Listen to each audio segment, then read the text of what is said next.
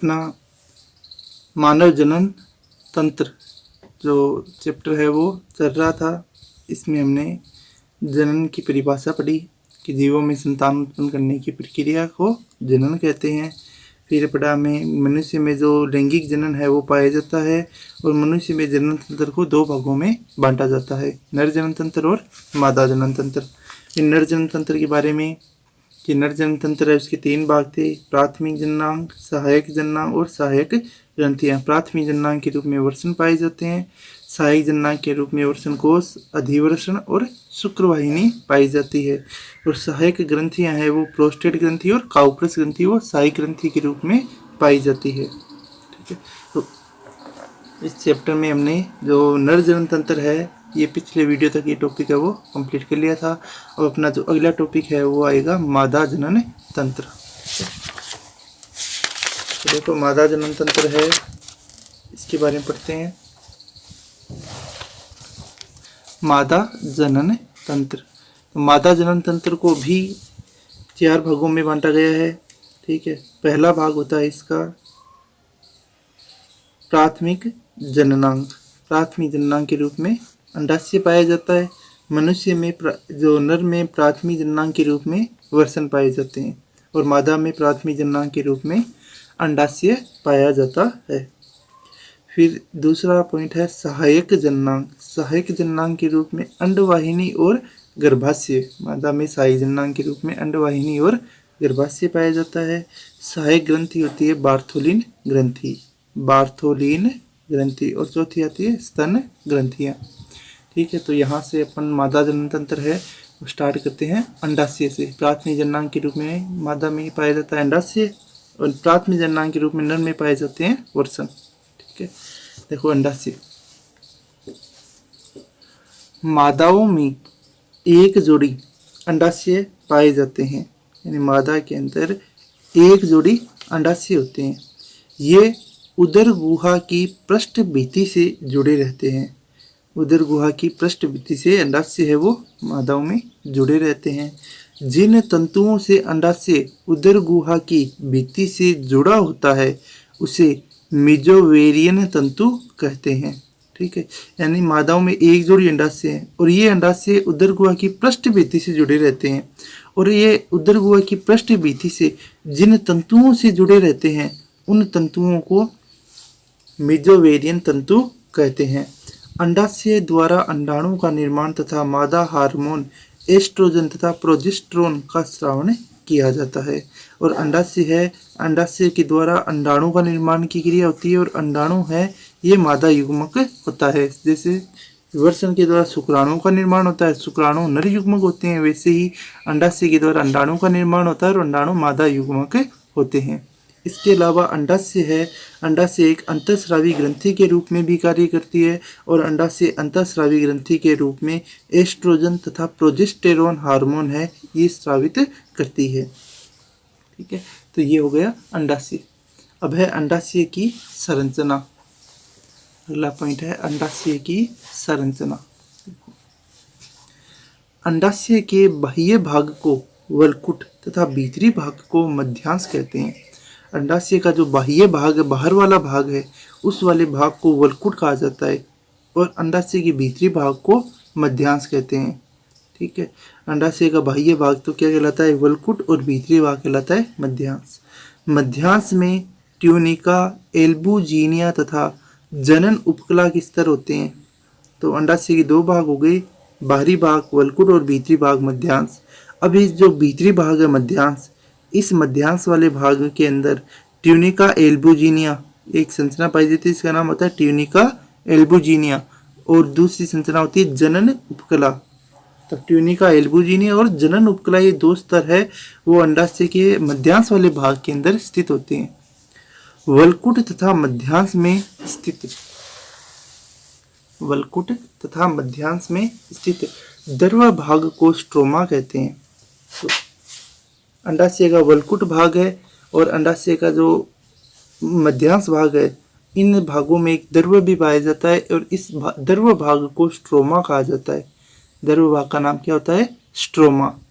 ठीक है, इस भाग में अंडजन कोशिका oogonia पाई जाती है। यानी स्ट्रोमा वाला भाग है ना, इस भाग के अंदर अंडजन कोशिका होती है जिससे अंडाणु का निर्माण होता है। अंडजन कोशिका कौन सी होती है? जिससे अंडाणु का निर्माण होता है, और इस अंडजन कोशिका को oogonia भी कहते हैं। और ये कहाँ पर होती है? स्ट्रोमा भाग के अंदर।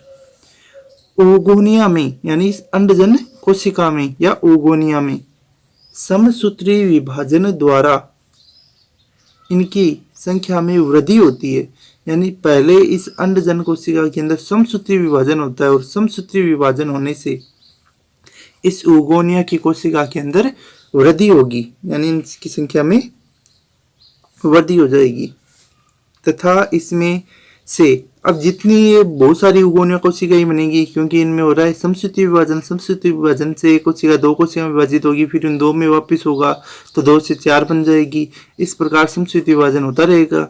लेकिन जितने भी कोशिकाएं बनेगी उन सभी कोशिकाओं में से एक कोशिका के आकार में वृद्धि होती है। यानी सभी कोशिकाओं में से एक कोशिका है वो आकार में वृद्धि करेगी, तथा यह प्राथमिक अंडप कोशिका कहलाती है। और जो एक कोशिका जो वृद्धि करती है आकार में, उस एक कोशिका को प्राथमिक अंडप कोशिका कहते हैं। ठीक है। इस कोशिका में अर्धसूत्री विभाजन फर्स्ट विभाजन शुरू हो जाता है। ठीक है। फिर ये जो प्राथमिक अंडप कोशिका बनी है, इस प्राथमिक अंडप कोशिका में अर्धसूत्री विभाजन फर्स्ट है वो शुरू होगा, परंतु पूर्ण नहीं होता। इस कोशिका के बाहर पुट्टिकीय कोशिकाएं का एक आवरण आ जाता है जिसे मेम्ब्रोना ग्रेन्युलोसा कहते हैं, तथा यह पुट्टी संरचना प्राथमिक पुट्टक कोशिका कहलाती है। और ये जो मेम्ब्रोना ग्रेन्युलोसा का स्तर है जो इस प्राथमिक अंडप कोशिका के चारों ओर आ जाता है, इस कोशिका को क्या कहा जाता है? प्राथमिक पुट्टक कोशिका। ठीक है। एक बार वापिस समझ लो इस वाले पैराग्राफ को। वलकुट और मध्यांश के बीच का भाग कहलाता है स्ट्रोमा। वलकुट और मध्यांश के बीच का भाग का नाम क्या होता है? स्ट्रोमा। ठीक है। स्ट्रोमा के अंदर होती है अंडजन कोशिका या oogonia। स्ट्रोमा वाले भाग में क्या पाई जाती है? अंडजन कोशिका या oogonia। ठीक है।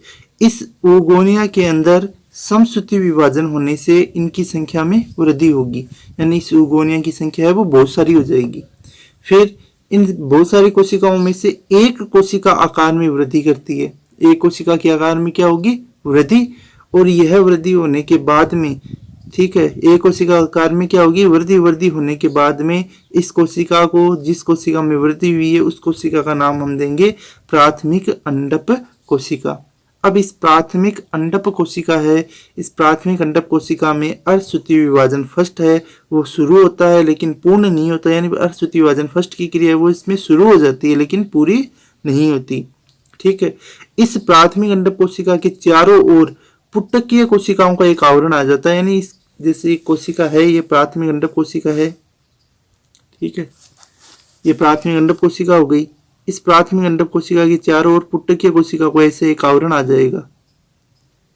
पुट्टकीय कोशिकाओं का एक क्या आ जाता है? आवरण। ठीक है। जिसे मेम्ब्रोना ग्रेन्युलोसा कहते हैं, और इस पुट्टकीय कोशिका के आवरण को मेम्ब्रोना ग्रेन्युलोसा कहा जाता है। यानी ये तो प्राथमिक अंडप कोशिका अंदर वाली तो प्राथमिक अंडप कोशिका, और इसके बाहर किसका आवरण आ गया? मेम्ब्रोना ग्रेन्युलोसा का। मेम्ब्रोना ग्रेन्युलोसा। ठीक है। अब इसके बाद क्या होता है देखो, यह पुट्टी संरचना यानी ये पूरी संरचना प्राथमिक अंडप कोशिका प्लस मेम्ब्रोना ग्रेन्युलोसा से घिरी हुई पूरी ये संरचना, अब इस पूरी संरचना को प्राथमिक पुट्टक कोशिका कहते हैं। यानी पूरी संरचना है वो प्राथमिक पुट्टक कोशिका कहलाती है। प्राथमिक पुट्टक कोशिका में होता क्या है? एक तो प्राथमिक अंडप कोशिका होती है और बाहर की ओर पुट्टकीय कोशिकाओं का आवरण होता है जिसे मेम्ब्रोना ग्रेन्युलोसा कहते हैं। ठीक है। अब आगे देखो, इसके पश्चात मेम्ब्रोना ग्रेन्युलोसा के स्तर में वृद्धि होती है। यानी जो बाहर की ओर पुट्टकीय कोशिकाएं आई हैं, इन पुट्टकीय कोशिकाओं में वृद्धि होगी तथा यह संरचना द्वितीयक पुट्टक कोशिका कहलाती है। अब इस पूरी संरचना को जब, कौन सी पूरी संरचना को? जब मेम्ब्रोना ग्रेन्युलोसा के स्तर में वृद्धि हो जाएगी उसके बाद जो पूरी संरचना बनी है जिसके अंदर प्राथमिक अंडक कोशिका भी है, इस पूरी संरचना का नाम दे देंगे द्वितीयक पुटक कोशिका। प्राथमिक अंडक कोशिका तथा मेम्ब्रेना ग्रेनुलोसा के बीच एक गुहा का निर्माण हो जाता है जिसे एंट्रम गुहा कहते हैं, और इन दोनों के बीच में एक गुहा बन जाती है और इस गुहा को एंट्रम गुहा कहते हैं। यानी प्राथमिक अंडक कोशिका अभी भी मेम्ब्रेना ग्रेनुलोसा के अंदर ही है, तो मेम्ब्रेना ग्रेनुलोसा के स्तर में तो हो गई वृद्धि, और वृद्धि होने से प्राथमिक पुटक कोशिका वो अंदर की ओर रह जाएगी और इन दोनों के बीच में एक गुहा बन जाएगी। इस गुहा का नाम होता है एंट्रम, और यह संपूर्ण संरचना तृतीयक पुटक कोशिका कहलाती है। और फिर एंट्रम बनने के बाद में ये पूरी संरचना है उसका नाम हो जाएगा तृतीयक पुटक कोशिका। ठीक है, अब यह तृतीयक पुटक कोशिका अंतिम अवस्था में प्रवेश करता है जहां अर्धसूत्री विभाजन पूर्ण हो जाता है, और यहाँ पर आकर जब तृतीयक पुटक कोशिका बन जाती है तो यहाँ पर अर्धसूत्री विभाजन फर्स्ट की जो क्रिया है वो पूर्ण हो जाती है और द्वितीयक अंडक कोशिका का निर्माण होता है, और प्राथमिक अंडक कोशिका है वो द्वितीयक अंडक कोशिका में बदल जाती है। द्वितीयक अंडक कोशिका के चारों ओर एक पारदर्शी आवरण बन जाता है जिसे जोना पेल्यूसिडा कहते हैं।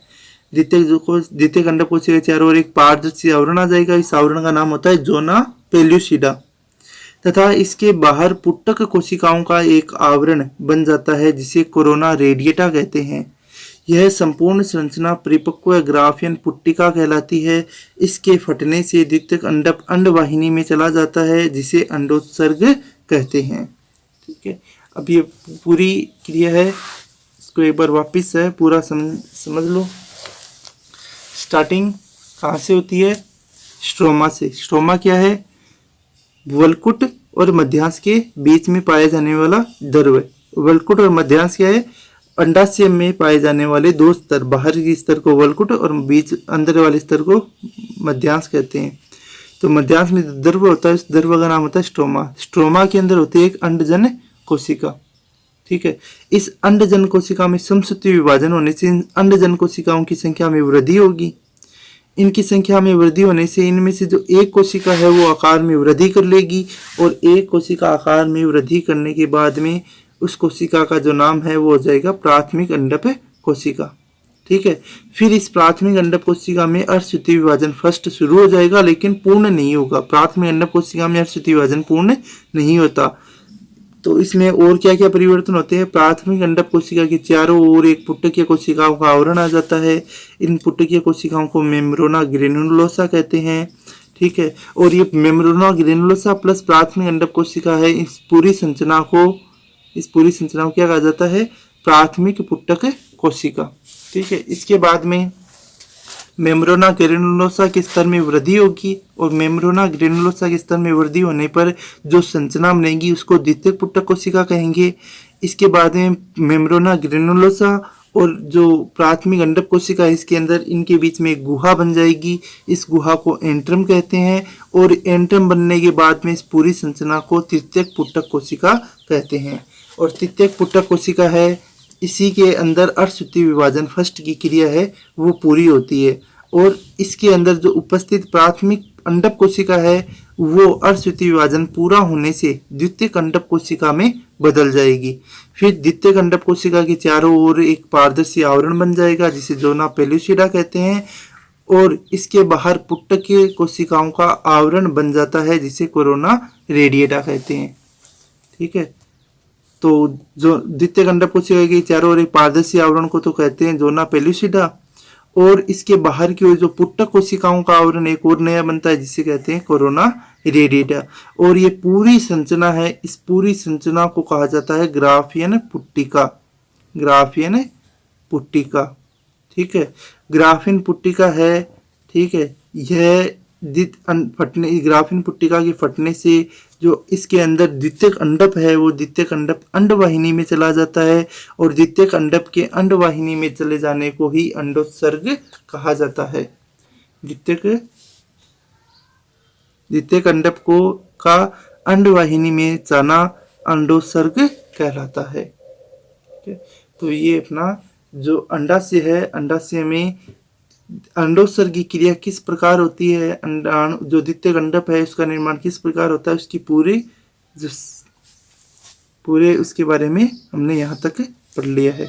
अब इसके बाद आगे वाला टॉपिक है वो अगले वीडियो में करेंगे। धन्यवाद।